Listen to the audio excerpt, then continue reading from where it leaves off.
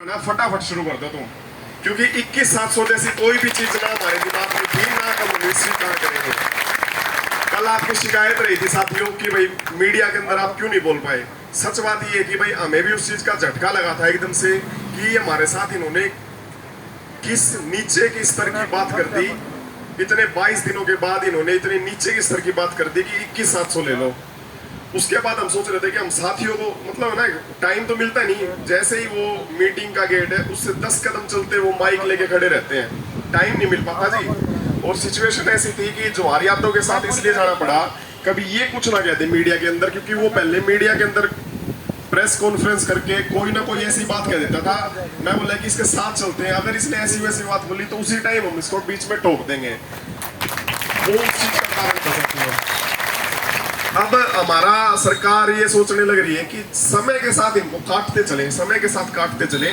वो मुद्दों पे बात बिल्कुल भी नहीं कर रही। वो कभी पुलिस की बात ले आती है, कभी ले आती है कि भाई 1.5 लाख कर्मचारियों का होगा, हम कर नहीं सकते। अधिकारियों ने पूरा जोर लगा रखा है, पूरा जोर लगा रखा है किस तरह से इनको समय के साथ साथ इनकी कमजोरियां ढूंढते रहे। जैसे कल वो मीटिंग के बाद एक वो लेटर निकाला प्रेशर डालने के लिए, सबका डर निकल चुका भाई। सरकार के लिए मुसीबत अब खड़ी होगी, क्योंकि इनके जो प्रवक्ता है, जो ये प्रवक्ता कहने लग रहे हैं ना, डीसी ऑफिस के इसके कॉन्ट्रैक्ट के कर्मचारियों को रख लो, ठेके के कर्मचारियों को रख लो, इन क्लर्कों को हटा दो, इनको गांव में घुसने मत देना साथियों। कभी भी आए ना कह देना तुम वही है ना। आज हरियाणा का क्लर्क, हरियाणा का क्लरिकल स्टाफ एक गांव का बच्चा लगा हुआ है, एक गांव का। सबके सुझाव आ रहे हैं, सरकार को अपनी खराब माटी रह माटी करवानी होगी तो वो अपनी स्कीम पे चलती रहे, हम हमारी स्कीम पे चलते रहेंगे। 22 के 22 जिलों के साथियों ने निर्णय ले लिया है, सरकार चाहे कोई भी तरीका अपना ले, चाहे जेल में डाल ले, कुछ भी कर ले, कहीं पे ले जाए, सारे के सारे साथी एक साथ जाएंगे भाई। कोई भी घबराने की जरूरत नहीं है भाई, बिल्कुल भी। आज मेरे घर पे आए हुए थे लगभग 1.5-2 घंटा सीआईडी के साथी, हाइट से लेके सारी चीजें पूछ लो मेरी सिस्टर के परिवार वहां तक की। मेरे लिए पहली बार का वो सामना था कि वो क्या करते हैं, वो आपके सोशल मीडिया अकाउंट क्या है, ये लिख लो, जो भी लिखना है लिख लो, कोई दिक्कत नहीं है साथियों। ये चारों तरफ वैसे ही घूमेंगे, किसी को डरने की जरूरत नहीं है, बिल्कुल भी डरने की जरूरत नहीं है।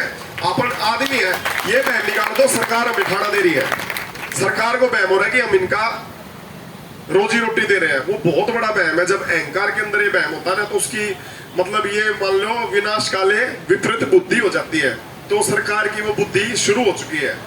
ये जो ओएसडी बना रखे हैं, ये सोच रहे हैं भाई साहब बड़ा बढ़िया नाम कर देंगे, इनको सस्ते में सुलटा देंगे। वो बड़ी गलत फहमी में होने लग रहे हैं, वो अपना भी नुकसान करने लग रहे हैं, अपना भी नुकसान करने लग रहे हैं साथियों। वो अभी तक हम सरकार के इस तरह से अपोजिशन में नहीं थे कि भाई पार्टी के साथ अपोजिशन में हम सरकार के खिलाफ थे, लेकिन अब वो चाह रहे कि पार्टी के खिलाफ हो। वो सरकार ने आंदोलन पे बिठाए हैं, पार्टी के खिलाफ भी सरकार ही शुरू करवाएगी। छोटे नहीं है भाई साहब, छोटे नहीं है, मार दो मिट जाओ, कोई दिक्कत नहीं है। आगे आगे अब सरकार का मतलब है ना, सरकार हमारी चूड़ी चढ़ा रही है ना, हमने सरकार की चूड़ी चढ़ानी है। बड़ी बात नहीं कह रहा मैं आपसे, जिसका 40 साल से तुम शोषण कर रहे हो और उसके बाद कह रहे हो उसको देना पड़ जाएगा। एक मजे की बात ये है कि वो ये मना नहीं कर रहे कि भाई तुम्हारा बढ़ता नहीं है। ये मजे की बात देखो, रोना किसी और चीज का रोने लग रहे हैं कि 1.5 लाख कर्मचारी। मैंने कहा प्रेस कॉन्फ्रेंस में जिसका हक बढ़ता है दो, जिस टाइम आपने दिया उस टाइम ये बातें हुई थी जवाहर यादव के साथ, ओएसडी के साथ, कि भाई आपने ऐसे ऐसे पदों को दिया है। उस टाइम क्या हुआ था, बोला मेरे से गलती होगी, हमारे से गलती होगी, मैं एक गलती और कर दो, एक गलती और कर दो। वो खुद उनको गलती मान रहे हैं, वो पत्तों को आपका होता है ना मैनिपुलेशन करना है, वो चीजें करने लग रहे हैं। भाई जो आपसे गलती हुई वो हरियाणा के क्लरिकल के लिए भी गलती कर दो। जिस समय आपने दूसरे पदों को बढ़ाया उस समय आपको क्यों नहीं फिक्र हुई कि भैया जो हरियाणा के क्लरिकल स्टाफ है इनका भी बढ़ाना चाहिए। उस समय आप कहां से ले गए थे? कोई जवाब नहीं है भाई साहब, उनका कोई भी जवाब नहीं है। उनकी नीति वो शाम दंड भेद वाली चीजों पे चले हुए हैं, लेकिन उनको ये नहीं पता ये आंदोलन नहीं है, भावना है। और भावनाओं के ऊपर चोट कर दी ना तो समझ लेना कि वो फैसला कुछ भी हो, लेकिन एक एक के अंदर ऐसी टसक बैठ जाएगी जिसका परिणाम पूरी ताउम्र उनको भुगतना पड़ेगा। ये मैं सच बात बताने लग रहा हूँ, नफरत हो जाएगी। आपस में हो जाएगी भाई, इतनी मेहनत कर रहे हैं, कहीं पे ब्लड डोनेशन कर रहे हैं, कोई भूख हड़ताल में बैठा हुआ है, तो अंदर से वो भावना हो जाएगी नफरत की। वो पैदा कौन करवा रहा है? खुद वो करवाने लग रहे हैं। वो सोच रहे हैं हम अपनी नीति पे चल रहे हैं, हम हमारी पॉलिसीज पे चल रहे हैं, हम उस चीज में सफल हो रहे हैं, लेकिन वो बहुत गलत दिशा में जाने लग रहे हैं।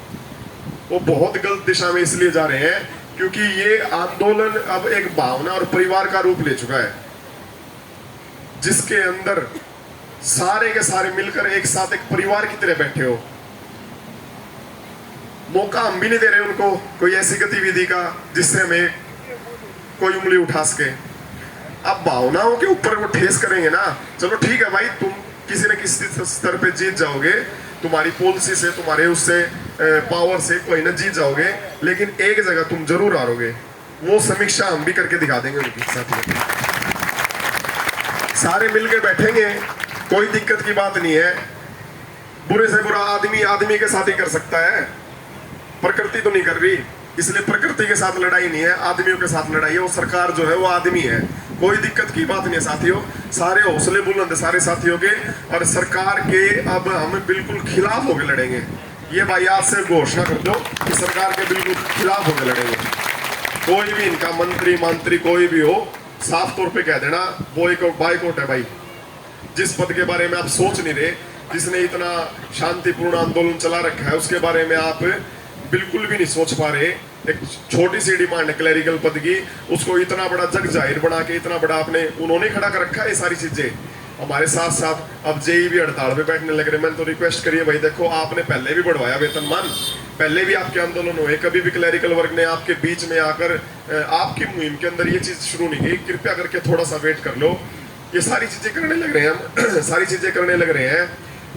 हमारे सबसे बड़ी ताकत हमारा डीसी ऑफिस है, और उसने कह दी भाई गर्दन कट जाए लेकिन पीछे नहीं हटेंगे। ये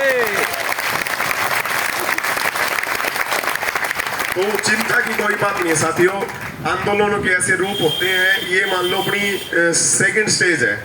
रोडवेज के साथियों ने तो देख रखा भाई, छोकर भाई भी बता रहा था, कल चंडीगढ़ ही था, मेरे को सारी चीजें बता रहे थे। हमारे लिए थोड़ी सी नई चीज हो सकती है, चिंता मत करना। सारों के साथ जो होगा एक साथ होगा, और कुछ भी नहीं होगा। आज तक इनके साथ कुछ हुआ भाई छोकर? आज तक रोडवेज के अंदर एक बार यहाँ पे आओ, आप वो वाला उदाहरण बताओ जो 18 दिन वाला था साथियों को।